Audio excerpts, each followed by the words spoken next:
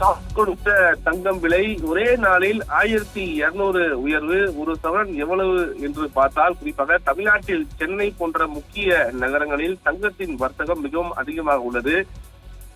பொருளாதார நிலவரத்துக்கு ஏற்ப இந்தியாவில் தங்கத்தின் விலை அவ்வப்போது உயர்ந்தும் குறைந்தும் வருகிறது.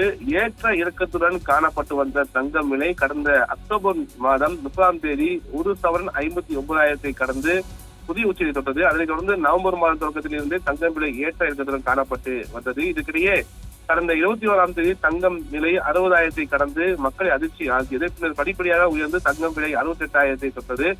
கடந்த தினங்களாக தங்கம் விலை ஏறி இறங்கி வருகிறது. அந்த தங்கம் விலை 5 நாட்களில் சவரனுக்கு 2650 வரை சரிந்தது.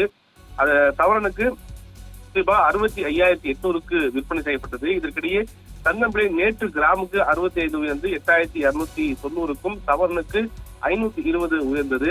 66,320க்கும் விற்பனை செய்யப்பட்டது. தொடர்ந்து தங்கம் விலை நேற்று மதியம் 2வது முறை உயர்ந்தது. அதன்படி கிராமுக்கு ரூபாய் 120 உயர்ந்து ரூபாய் 8,410க்கும் சவரனுக்கு 960 உயர்ந்து 67,280க்கும் விற்பனையானது. இந்த நிலையில் தங்கம் விலை இன்று ஜெட் வேகத்தில் உயர்ந்தது. அதன்படி சென்னையில் ஆமண தங்கத்தின் விலை கிராமுக்கு 180 உயர்ந்து குறிப்பாக கிராமுக்கு 8,560க்கும் சவரனுக்கு 1,200 உயர்ந்துள்ளது. 68,480 என சவரனுக்கு விற்பனை செய்யப்படுகிறது.